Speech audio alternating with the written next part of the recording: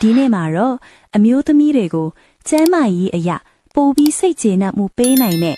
လှုံ့ဆော်မှုအားအကောင်းဆုံးနေရာ၃နေရာအကြောင်းကိုဆန်ဒီကပွင့်ပွင့်လင်းလင်းကျမ်းမာရေးအရာပြောပြပေးကောင်းမှာမို့လို့အဆုံးထိကြည့်ပေးကြပါအောင်နော်ကိုကိုတို့ရေပထမဆုံးတစ်နေရာကတော့အားလုံးသိကြတဲ့ G-spot လို့ခေါ်တဲ့နေရာလေးပါဒီနေရာလေးဟာအတွင်းပိုင်းနှစ်လက်မလောက်မှာရှိပြီးအထီးအတွေ့ကိုအရန်တုံပြန်လွယ်ပါတယ်ဒီနေရာလေးကိုထိထိမိမိနှိုးဆွပေးနိုင်ရင်သူမအတွက်မမေ့နိုင်တဲ့ခံစားချက်မျိုးကိုပေးစွမ်းနိုင်မှာပါရှင်ဒုတိယနေရာကတော့နားနော့ကနေပခုံးတောက်အသားချင်းထိတွေ့မှုပါပဲဒီနေရာမှာအာယုံကြောတွေအများကြီးစုစည်းနေတာမို့လို့ကိုကိုရုဘက်က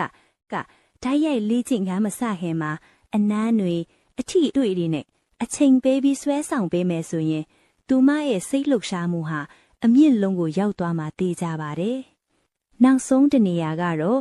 ကြောရိုးတောက်လျှောက်ခတ်ဖတ်ဖတ်အထီအတွေ့လေးတွေပါ။ဒီနေရာလေးကိုပုတ်တက်နိုးဆွပေးတာဟာအမျိုးသမီးတွေရဲ့ခန္ဓာကိုယ်တစ်ခုလုံးကိုပိုပြီးနိုးကြားလာစေသလိုကိုကိုရိုးနဲ့ပိုပြီးရင်းနှီးကျွမ်းဝင်ခြင်းစိတ်ကိုလည်းတိုးပွားစေပါရဲ့ရှင်။ကိုကိုရိုးရော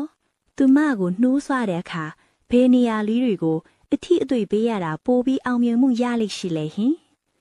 အိမ်တောင်ရေးဒုက္ခဆိုတာအချင်းချင်းရဲ့လျှို့ဝှက်ချက်တွေကိုနားလည်ပေးနိုင်မှပိုပြီးပြည့်စုံတာပါဗီဒီယိုလေးကိုသဘောကျရင် like and subscribe လုပ်ဖို့မမေ့နဲ့ဦးနော်ကိုကိုတို့ရေအားလုံးကိုအယမ်းချစ်ပါတယ်နောက်ဗီဒီယိုမှာပြန်တွေ့ကြမယ်နော်ကိုကိုတို့ရေ